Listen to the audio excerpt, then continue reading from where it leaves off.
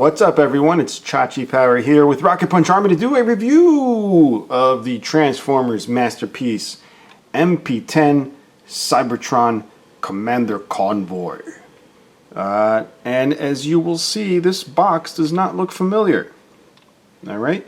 Even though there's a trailer, how the hell is a trailer supposed to fit in a box this small? Well, there's an easy explanation for that, guys, because this is actually an unofficial release, basically aka KO of MP-10 Optimus Prime. I can make a 3-hour video talking about KOs, but this is strictly going to be a comparison, basically a review, and also a comparison somewhere in the video of the Takara release that this is based on. Alright, so again, taking a look here at the box, which does not exist in Takara form. This is done just like the regular MP-10B boxes without the trailers. This is obviously scanned off the original MP-10. Okay, and even has a whole actual size thing down here at the bottom. Basically the same as the MP-10 box. Now, one thing I do want you guys to know, even though there are a lot of people that dislike companies making copies of this, there are some liberties taken with this figure. And I notice the KOs that I have that the companies do take liberties, they do leave off the Takara Tomy. So they're not strictly, completely, you know, I guess the word ripping off Takara. They're actually taking some liberties. Yeah, obviously this is based on the Takara MP-10, but there are some liberties taken here. Number one, the box. Number two, the design of the figure itself, which has slight differences and extra paint apps, believe it or not. Now, as most of you know that watch my videos, I do a lot of reviews on unofficial figures, KOs, third-party, stuff like that. And I know there's a lot of people that do disagree with the fact that they exist, but they exist, and I'm here to review them and show you the differences. Now, for the most part, as I open this up, since we're just staring at the box the whole entire time, for the most part, they have been exact copies. At least the masterpieces that I've been getting have been exact copies, with very slight differences due to like paint differences, maybe a couple of little molding differences, but for the most part they were meant to be identical copies. And they kind of strayed, and I'm sorry about this, they kind of strayed when this came out, really. They just invented their own masterpiece figure.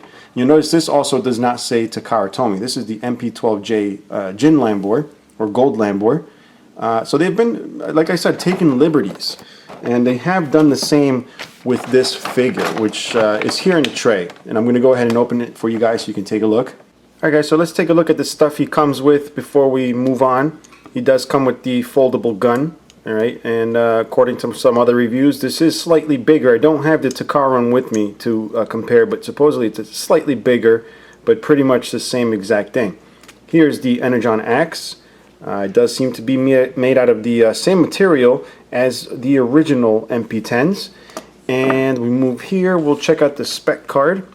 Now, the spec card is just like the Takara one, made out of cardboard and glossy. Alright, and you get the instruction booklet, which is pretty much just a scan of the original one. Very hard to keep here in the camera. And these lights will not let me show you a lot of detail, but it is pretty much just a regular scan of the original instruction booklet. So here he is out of the box. Now, upon just looking at him for the very first time, there's not a lot of differences. And the camera is not going to really pick up the color differences and stuff like that. You know, as you would see in person, you would definitely be able to tell immediately between the two when holding them in hand that there are a lot of differences. Now, like I said, off the bat, you may not notice anything. I do have a post here from TFW2005.com. It's on one of the threads about the MP-10 KO. These are a list of improvements, by the way, or fix on original mold issues. You got the eye opacity, chest screws scraping, loose fuel tank, index finger falling off, which is one of the coolest improvements you can have on this figure. The uneven chest, the black lid for matrix, difficult to open, especially with my fat fingers, it's always been difficult to open. And the legs closing together. I'm assuming in truck mode I have had problems keeping the legs closed. And then we also got the wipers scraping on the window. What else? Stress marks on legs. I don't know what that's about. The transparent yellow on the crotch. Apparently, well, I'll get to that in a second. And something else that needs to be translated. I don't know if it was translated, but so yeah, there are some improvements. The wipers, what they were talking about here is that they're actually separated from the windscreen there. Okay, instead of being completely molded to it, the rest of the cab here. The uneven chest, it still has a gap here, but I don't know how much of that was a fix. You also have the crotch here, which doesn't have the screw hole, okay? And then, of course, my favorite part is the pinned finger. So you're not going to lose the finger. And the opacity on the eye, I don't know really what improvement they did. It just looks like clear plastic. I believe the Takara one, which I'll show you in a moment, is clear blue. But the thing that really stands out is the silver that they used for the legs. Instead of just being molded gray plastic, they've gone ahead and actually painted it silver. And this is where you'll see extra details, guys. So there's the dark gunmetal gray here on top of the silver finish, which is not present in the Takara. And also these extra paint apps here. You'll see around the foot. If we go around back here, you'll see little silver here. More paint apps here, the darker grays, also these silver pieces, also on the arms. There's a bunch of different things you won't find on Takara. Even the cab lights are painted orange on this, but I don't know how well they show up on the camera. And of course, the best way for you guys to see the differences is to really have both of them here, which is really the purpose of this review, is just show you what's similar and what's different, and can make an informed decision based on what you see. Now, here I got them side by side. A lot of differences once you got them side by side. A lot of people are talking about the height difference. You will see the height difference, all right? So it is bigger. I didn't notice it from the second I took it out of the box. It wasn't until I grabbed the original that I realized there is a size difference. So that might actually be a positive for a lot of you guys that want a slightly bigger Optimus Prime for some reason. I don't know. So it's not based on the original mold. So this is not a lunchtime special. It's not a backdoor special, or whatever you guys want to call it. It's not stolen from the factory. They just literally remade their version. The KO people made their version of the MP-10 and felt the need to upgrade a lot of things, which I think is cool. Instead of just being a direct knockoff, they've gone ahead and actually, I don't know the word, they've taken pride in what they're doing, I guess, even though it's not exactly the most ethical thing ever. But it's out there, guys, so I'm here to review it, so you can make a decision. The very, very first thing that I noticed really is this insane gap right here. And when you look close, it looks like it's cut out by hand. So apparently when these things are molded, they either didn't fit and somebody at the factory just cut them without measuring, and you have a gap. Now you would think that because it's a KO, they wouldn't really give a crap about stuff like that. But guess what? Boom! You get new arm pieces, all right? But the fact that they did that, that's what makes me think they really do take pride in doing their KOs. And speaking of which, here is the rest of the package here. The instructions, full color, and you also get the spec card here, which we'll take a look at. We were checking out the size differences. I will say, yeah, okay, so the eyes are clear blue on this. They're actually just regular clear, but they look a little dark. They don't really look like anything's going on there. I have taken pictures so you guys can see in my blog once it's up the differences in the molding, because like I said, it's not from the same mold. There are differences. There's some things that are better on this one than they are in that one, and sharper and more defined, and then there's some stuff on this that's more defined and sharper than it is on the bootleg. So it really just depends. So it's a back and forth thing here. One of the things I do like is defined cheeks on the KO. Number one, it looks a little beefier. It just looks, because of the silvers that they used, it's more defined. I don't know if you can see that on camera, but it just seems like the colors, not the reds are the same, but the colors they use a little more defined. This, on the KO, the reds are painted. So it has the feel of like the smaller Sideswipe, the Lamborghini type, and the Nissan type Masterpiece cars that have that paint going over the plastic. This has that same kind of effect. It's nice and glossy, as you'll see here. All right. The regular Takara version is just colored plastic. So having the paint really does give this a more depth than you're going to find in Takara, at least from looking at it. And like I said, the silvers on the legs, The details really help bring this whole area out. And the inside of the legs, so we'll check this out here. The inside of the legs, you'll see the details are lacking from the Takara one. This is kind of a shame in a way that the originators didn't take the extra step to really put the details on, as opposed to these guys who are making a copy of it. Another difference I found that should have been not an issue on the Takara one is the chrome. The chrome seems a little grainy on my Takara, and it might be just mine. It's grainy everywhere, but it's still shiny. This is more of a glassy type chrome. And while we're talking about the chrome, you'll notice that the grills here are different. You'll notice the bottom here has a big area after the little slits here, and the Takara one doesn't. It pretty much has the slits all the way down. They have the same amount of slits, I think, but still there is a difference. And notice this area here is more defined than the Takara. The molding is sharper around these little rectangles here, and these little slits actually have little lines going across. Like little slits, just like here, just in those little lines. The Takara one doesn't. So they've actually done a little bit of a better job in this area. Okay, as we move down, again, they've gotten rid of the screw hole in the crotch. This one has it, and it's never bothered me until someone pointed it out and showed me that this doesn't have it. It never really bothered me. But there is more depth in the Takara one. It's glossier. The clear plastic is a little more see-through. But this, and the way it's molded, it has some wavy issues going on, but that's really not an issue to me. But when you compare it to this, everything's molded nicely, just not as much depth. So you'll see this is nice and glossy with depth. This one's kind of lost, the details in there. And as we move down, the legs seem to be a little more defined up here, not as far as paint apps are concerned, but as far as the size of the panel lining and everything. But at least this one has it painted.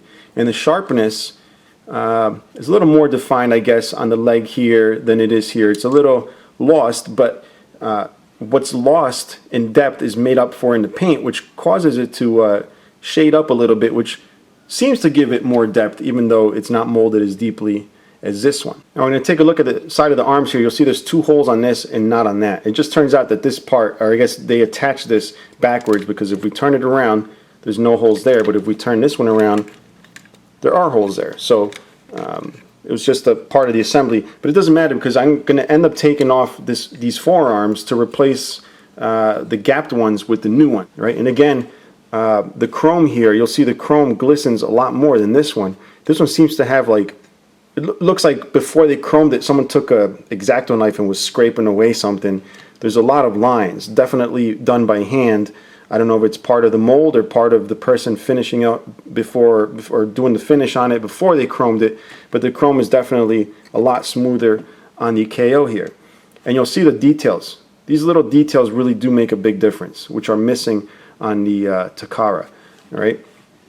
Again, the headlights. The headlights are a little bit grainy. I just showed you the bumper piece, but the headlights are a little bit grainy. These are completely mirror finish. All right, which is a shame. Again, we're looking at an unofficial toy, not made by Takara Tomy. And back here, again, I'm going to show you differences in paint apps. This has a silver, the top and the bottom. This does not. And you'll notice the detail here, which is lacking on the Takara. All right. And as we move down, we'll see the back of the thighs has the dark gray. All right. And same thing with the lower legs. All right. You'll get the differences here and at the bottom. And probably something that really should have been done by Takara is paint the damn taillights. The KO people painted the taillights. There you go. So obviously the biggest difference from the beginning of this review was the fact that this is lacking a trailer, which is why the box is a smaller version. I don't need the trailer. Maybe there's people out there that don't need the trailer. They don't want to spend $200 more to get a trailer. And I'm sure it was a cost issue for the people that are making the unofficial version. So I guess now that we've pretty much compared them both, I'm going to set the Takara one off to the side and continue the review for this guy. Now, supposedly the where are the screws? These screws right here were scraping against the bumper, and I do have scratches on my original Takara ones. from the screws, but I don't know if that's an issue. This is brand new, but this is supposed to be a lot easier to lift. We will see. I don't know how they made this easier. It's still difficult. Maybe I'm missing something here.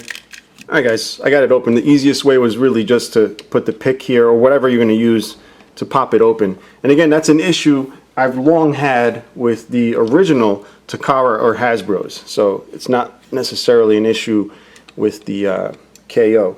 Alright, now you got the Matrix, which has a nice goldish color. This is the KO one. It's got the little crystal right inside that's transparent or translucent. And this is the Takara one. Now my Takara one actually has an air bubble inside, but it kind of looks like a little eyeball in there. But they both feel exactly the same. But again, they're not the same mold. The molding is a tad different, but I'm assuming this might be a little bit bigger. I can't really tell the difference, guys. Maybe the center does look a little bit bigger to me. We're going to go ahead and attach it right in here.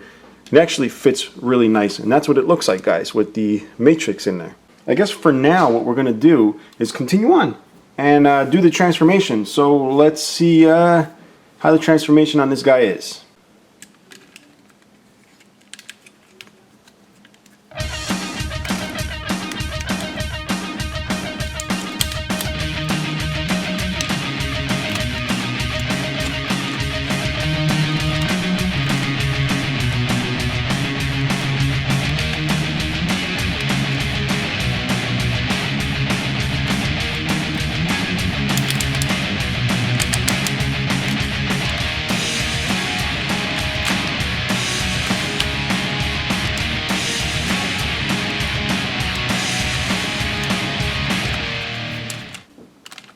Alright guys, so here is in truck form, and let me just pull out the mirrors here. Transformation is straightforward, identical to the MP-10s.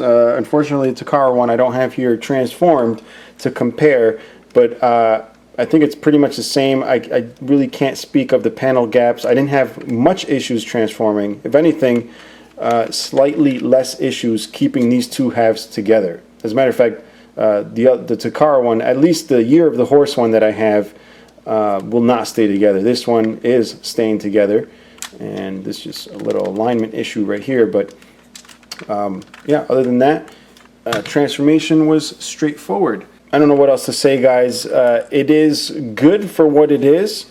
It's not perfect, and again, neither is the MP-10. It's really just a matter of choice. In my blog, I will have the pictures and everything, so you can, you know, compare them without my hands and things moving around. So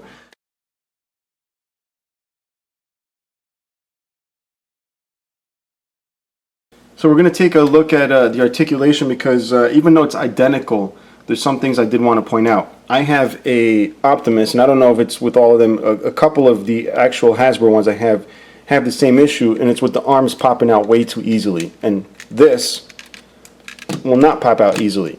They're very firm in there, and they can't pull them out with very little force. My actual Takara ones will come out with very, very little force.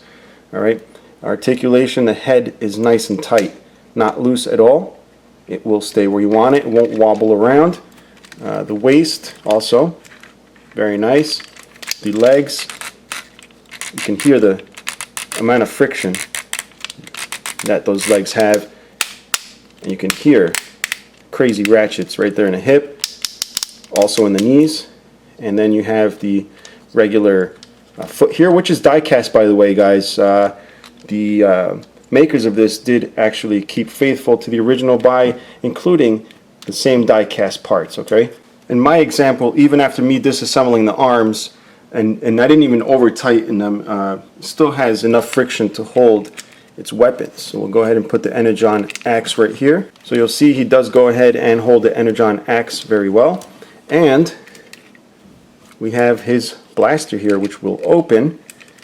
And there's actually no recess tab, even though there's a hole there. That's just really the swivel for that. Even though on the gun there is little tabs, it's not worked into the hand, but he will hold it. So here he is with both weapons. Now I just wanted to give you my overall thoughts without getting into the whole KO thing, unofficial, whatever. Just strictly speaking of it as a figure, If you guys are considering it, that's because you've already considered all your options or what have you. But overall, my opinion of this, it's very well executed, actually. It did exceed my expectations, especially when I saw that it came with spare parts. After the first thing I noticed was the gaps, and I said, oh man, that kind of sucks. And lo and behold, there were spare parts. I like the extra paint applications, especially on the red paint, which give it a glossy look and seem to match more with the rest of the MP line that has actual painted parts, which makes it nice and glossy here. I also do like the fact that they added the extra details to really bring out the depth in all the mold lines and everything, all the extra details, especially even the taillights. Takara didn't even put taillights. And of course, let's not forget the finger that will never be lost because it is pinned in and it still allows the same articulation. Now the hands don't have the same definition. You'll see there's no individual fingers, but that, I don't know, that's not really that big of a deal. I'm really more concerned about losing the index finger, and this is nice and pinned. So overall, I'm very happy with being able to have this as a part of my collection. As you can see, he fits right in with all the rest of my MP-10s. I just absolutely love this mold, and I'm glad to have another one which looks customized that I didn't have to customize. And that's going to wrap it up. I'm sure there's going to be comments all over the place down below, so leave yours. And until next time, guys, bye-bye.